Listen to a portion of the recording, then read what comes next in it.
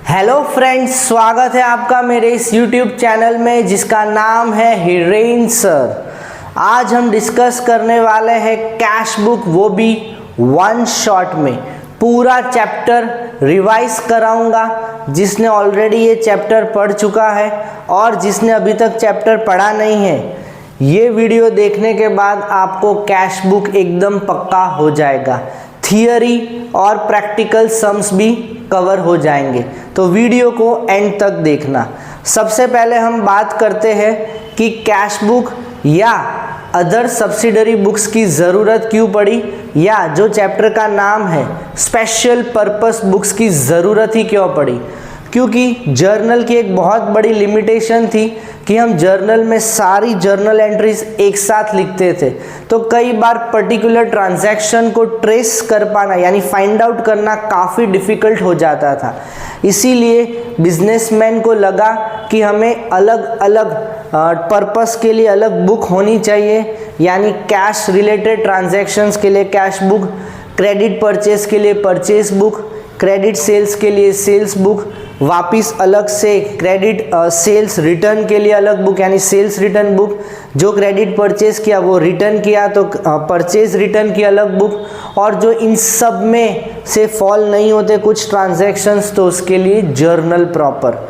वापिस बता देता हूँ, ये जो स्पेशल पर्पस बुक्स है ये उन बिजनेसमैन के लिए है जिनका लेवल ऑफ बिजनेस काफ़ी हाई है, यानी उनके ट्रांजैक्शंस में वैरायटी भी है और वो मैनीफोल्ड ट्रांजैक्शंस यानी न्यूमरस ट्रांजैक्शंस होते ऑन अ डेली बेसिस। तो उन ट्रांजैक्शंस को अगर जल्दी से ट्रेस नहीं किया गया तो काफ़ी टाइम वेस्ट हो सकता है, इसीलिए पिक्चर में आया स्पेशल पर्पस बुक्स। तो चलिए शुरू करते हैं। बिजनेस ट्रांजैक्शंस काफ़ी न्यूमरस हो चुके थे with the passage of time, तो डिफ़िकल्ट था रिकॉर्ड करना एक ही बुक में journal, book of original entry. इस जगह पे मैं स्टॉप करता हूँ।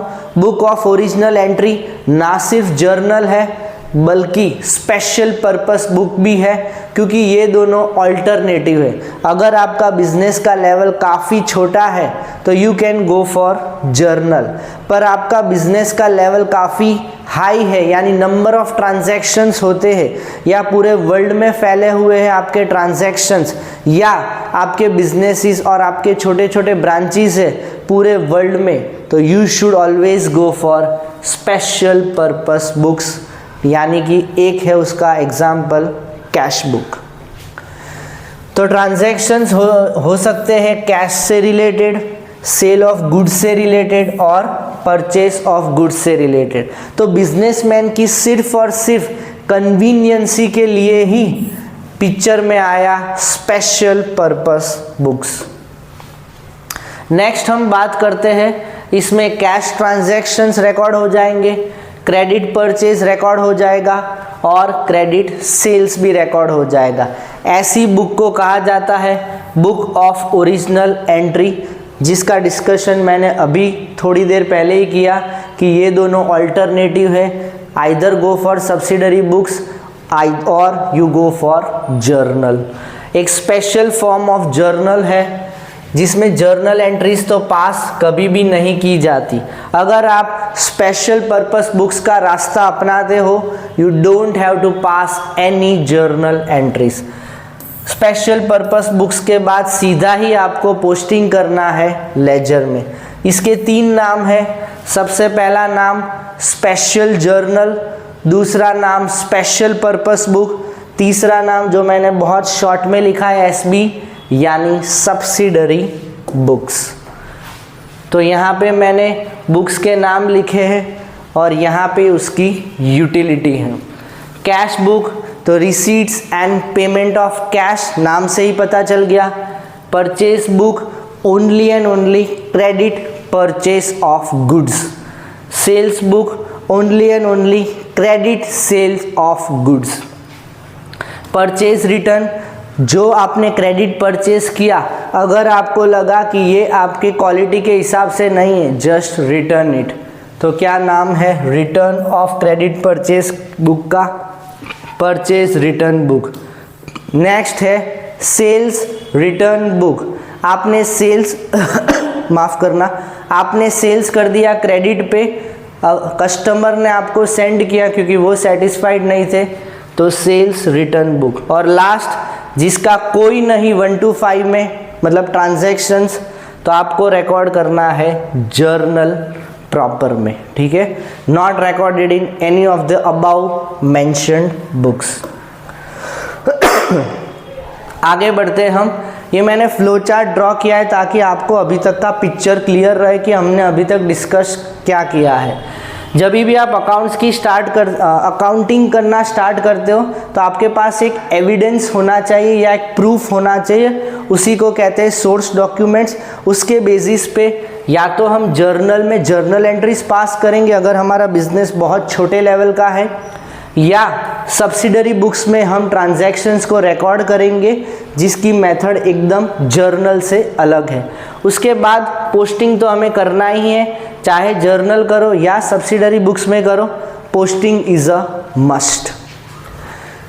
तो इस लेक्चर में आज के वन शॉट में हम डिस्कशन करेंगे कैश बुक से रिलेटेड, जिसमें सिंपल कैश बुक है, उसके बाद डबल कॉलम कैश बुक है, और थर्ड कैटेगरी है पैटी कैश बुक जिसमें वापिस दो है, सिंपल पैटी और एनालिटिकल पैटी कैश बुक। तो अभी बिना वक्त गवाए सीधा प्रैक्टिकल सम्स पे आते हैं। नाम है सिंपल कैश बुक। ये सारा ट्रांजैक्शन से हमें क्वेश्चन दिए होंगे एग्जाम में, ये सारे ट्रांजैक्शंस कैश इन हैंड। सबसे पहले हम इसका फॉर्मेट देख लेते हैं कि सिंगल कॉलम कैश बुक या सिंपल कैश बुक कैसी नज़र आती है। नाम से ही पता चल गया, एक ही कॉलम होगा और वो कॉलम किसका होगा, जिस बुक का नाम है, यानी single column cash book, cash का कॉलम होगा। तो डेट, पर्टिकुलर्स, LF रुपीज़, वापिस डेट, पर्टिकुलर्स, LF रुपीज़। इससे आपको एक चीज़ का याद आती होगी, लेजर। जी हाँ, बिल्कुल, अगर आपने सही गैस किया है, ये लेजर की तरह ही है।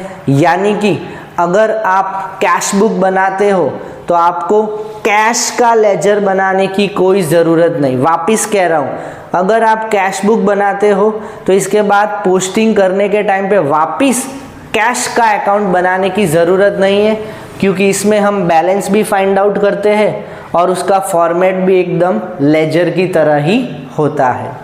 तो चलो, यहाँ पे DR यानी डेबिट, CR यानी क्रेडिट। कैश रिलेटेड ट्रांजैक्शंस के लिए एक ही रूल याद रखो, debit what comes in, credit what goes out. यानी पैसे आ रहे तो डेबिट, जा रहे हैं तो क्रेडिट। तो चलिए इस मंत्र के साथ स्टार्ट करते हैं। कैश इन हैंड 25,000, यानी हमारे पास बैलेंस है तो डेबिट ही आएगा 25,000। नेक्स्ट, कैश सेल्स किया है, सर सेल्स करेंगे तो पैसे हमारे पास आएंगे, तो लिख दो वापिस डेबिट में, तो ये रहा to sales 2,20,000। Next, deposited cash in bank. भाई कैश हमने बैंक में जमा करा दिया, यानी कैश तो कम हो गया तो क्रेडिट साइड पे लिख दो, कितना है 2 lakhs। 3/3 date by bank 2 lakhs। Next,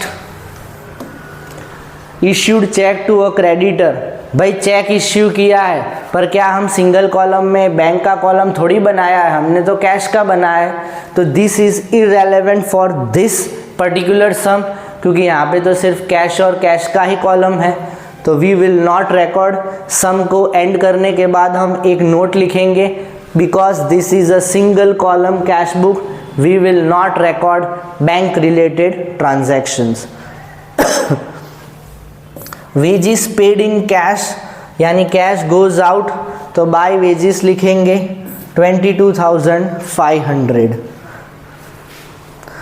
तो ये था पूरा सम। अभी हमें क्या करना है, लास्ट में बैलेंस निकालना है। 2,45,000 माइनस 2,22,500, तो बैलेंस बचा सिर्फ और सिर्फ 22,500। उसको नेक्स्ट मंथ में कैरी फॉरवर्ड करेंगे तो लिखेंगे टू बैलेंस ब्रॉट डाउन। नए मंथ के लिए ब्रॉट डाउन, जिस मंथ का बैलेंस निकाल रहे हैं तो कैरीड डाउन। नेक्स्ट हम एक्सप्लेनेशन या नोट्स के तौर पे लिखेंगे उन ट्रांजैक्शंस को जिन ट्रांजैक्शंस की जगह नहीं थी उस पर्टिकुलर सम में। तो payment made to a creditor will not be recorded, ये वही वाला ट्रांजैक्शन है जिसमें हमने एक चेक इश्यू किया था। वापस समझा देता हूँ सर क्यों रिकॉर्ड नहीं हुआ, क्योंकि उसमें सिर्फ और सिर्फ कैश का ही कॉलम था। यहाँ पे तो हम बैंक रिलेटेड ट्रांजैक्शन है इसलिए यहाँ पे रिकॉर्ड नहीं होगा।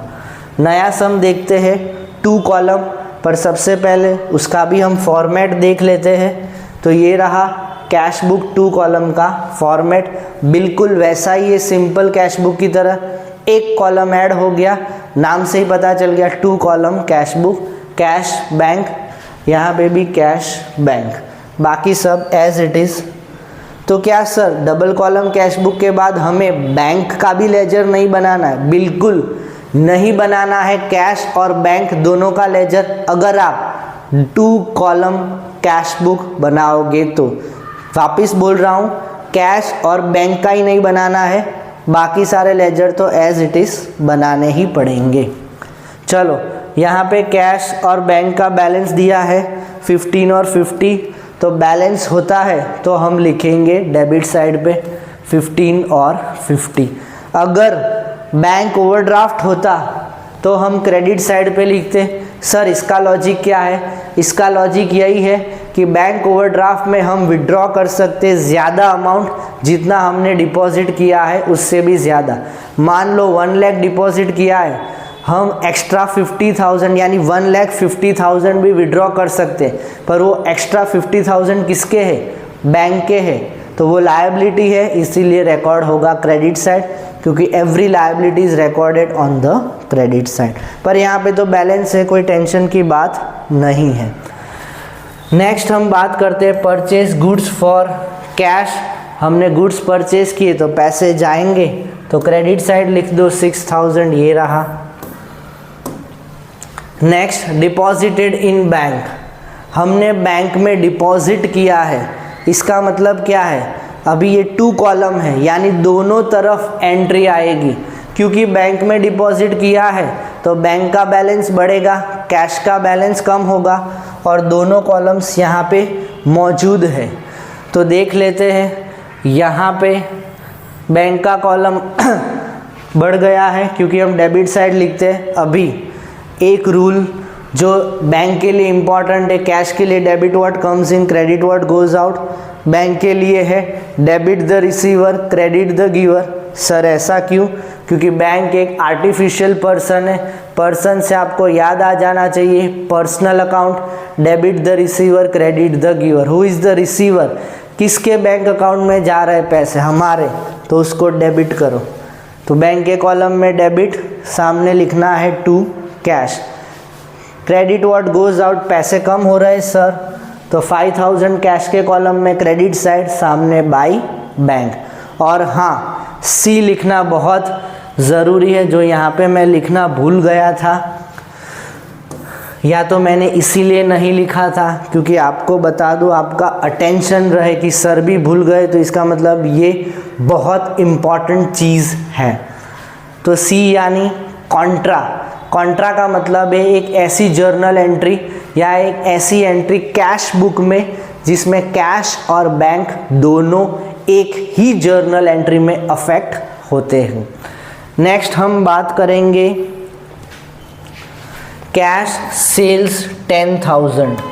तो यानी कैश की तरफ सेल्स है तो डेबिट साइड, क्योंकि कैश बढ़ेगा, debit what comes in to sales 10,000। Next issued cheque dated 18 March to Chander ₹10,000। हमने चेक इश्यू किया है, जाहिर सी बात है क्रेडिट द गिवर, तो हमारा बैंक गिवर है बाई चंदेर 10,000। तो आई थिंक हमने सारे ट्रांजैक्शंस कवर कर लिए हैं। अभी हमें बैलेंस फाइंड आउट करना है, तो 15 माइनस 6, 9 माइनस 5 तो 4 आ गया। इसी तरह 50 + 5 + 10 - 10 यानी 55,000। वापिस सी का मतलब बता देता हूँ, एक ही ट्रांजैक्शन में कैश बैंक दोनों अफेक्ट होते, it is called as contra, भूलना मत। और सी हमें LF के कॉलम में लिखना है। नेक्स्ट हम बात करेंगे पैटी कैश की, पर उससे पहले मैं आपको इंट्रोडक्शन दे देता हूँ कि ये पैटी कैश क्या होता है और कौन से बिजनेस हाउसेस इसे फॉलो करते हैं। पैटी कैश बुक जो पैटी कैशियर बनाते हैं, नाम से कई लोगों को पता चल गया होगा, पैटी यानी काफ़ी छोटा अमाउंट। तो ऐसे ट्रांजैक्शंस कि जो काफ़ी छोटे अमाउंट के होते हैं बट बहुत न्यूमरस होते हैं, तो जो ओनर होता है या जो हेड अकाउंटेंट होता है वो काफ़ी परेशान रहता है कि भाई 100, 150, 200 रुपीज़ के लिए बार बार मुझे लिखना पड़ता है। इसीलिए इससे अच्छा है कि मैं अपने अंडर में एक पैटी कैशियर को हायर कर देता हूं और वही इन छोटे एक्सपेंसेस का हिसाब रखेगा और एवरी मंथ मुझे सबमिट कर देगा। तो इसीलिए पैटी कैश बुक बनाई गई है। इसमें भी कैश ट्रांजैक्शंस है पर बहुत छोटे अमाउंट के, in comparison to the business का जो सेल्स है या एक्सपेंसेस है उसके मामले में ये काफ़ी छोटा अमाउंट होता है। तो इसका फॉर्मेट देख लेते हैं। इसका फॉर्मेट एकदम अलग है, थोड़े सम्स प्रैक्टिस करना, आपको भी ग्रिप आ जाएगी इसके फॉर्मेट पे।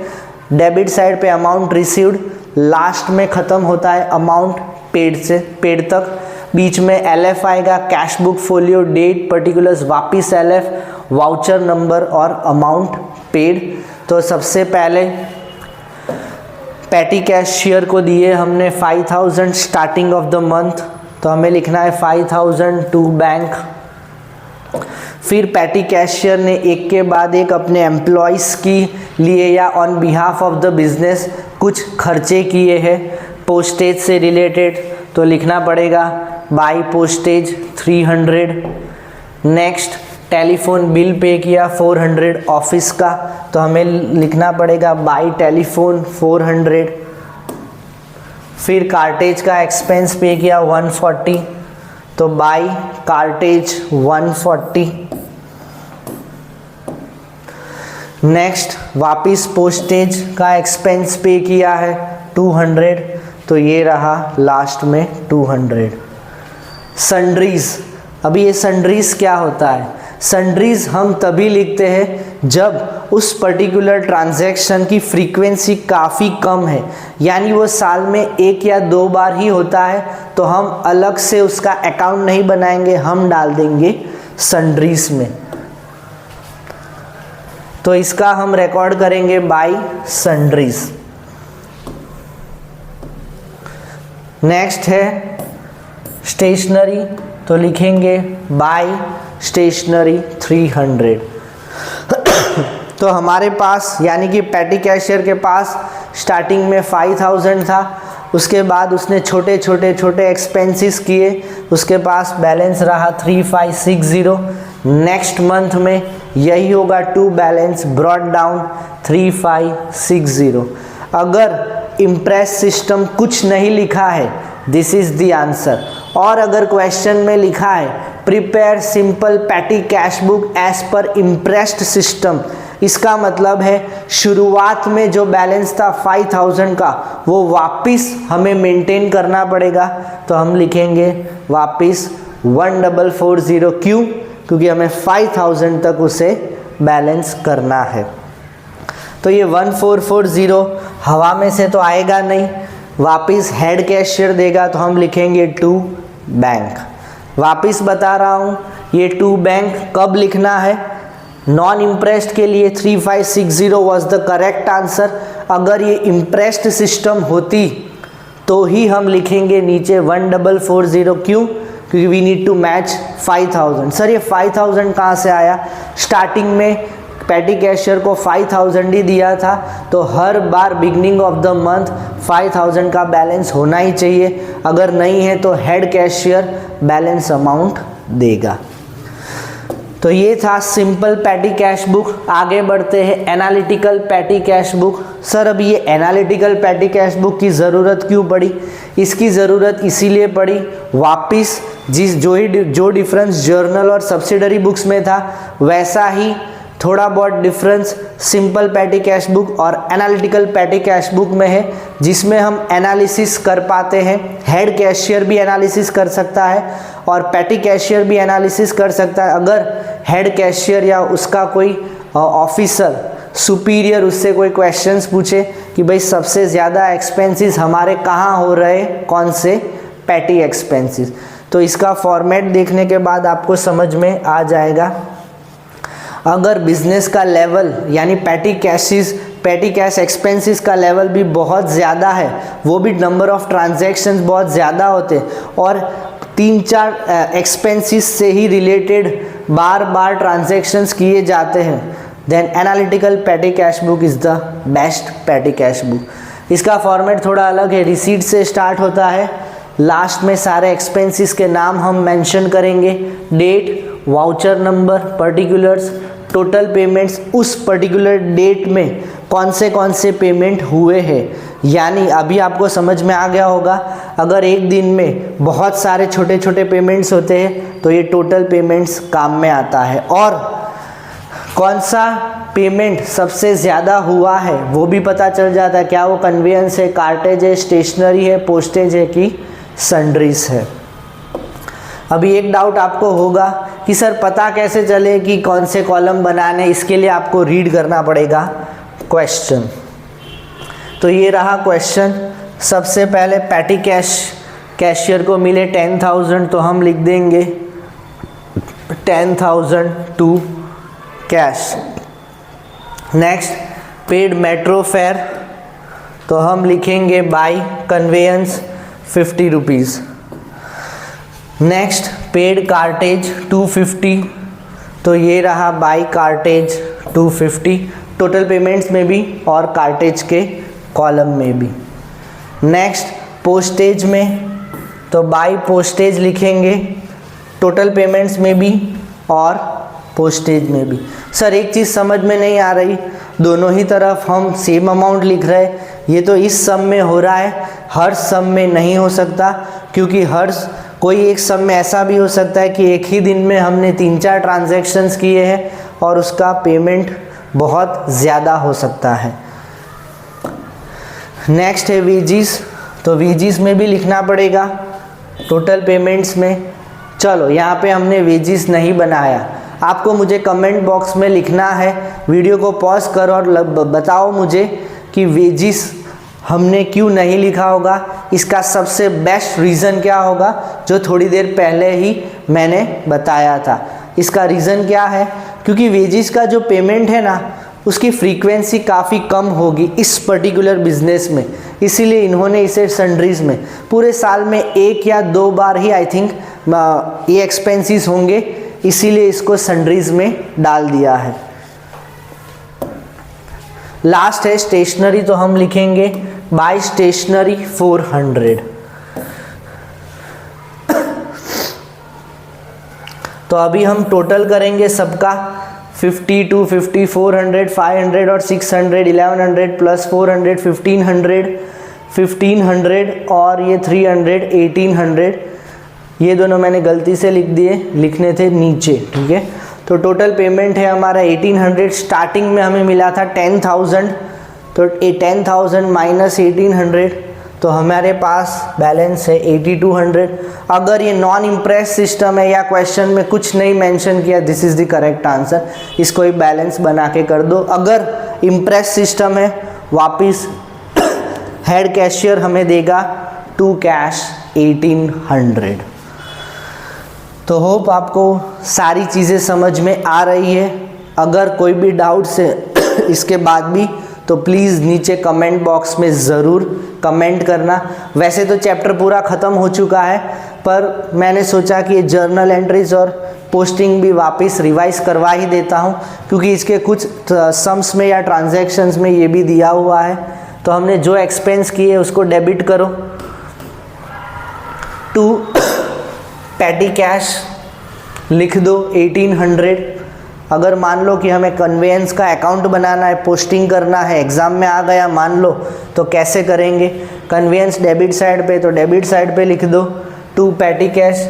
ये रहा पैटी कैश, तो डेबिट साइड पे लिख दो 2 पैटी कैश 50 रुपीज़।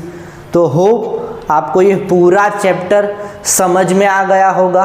अगर कोई भी डाउट है तो प्लीज़ नीचे कमेंट बॉक्स में ज़रूर कमेंट करना।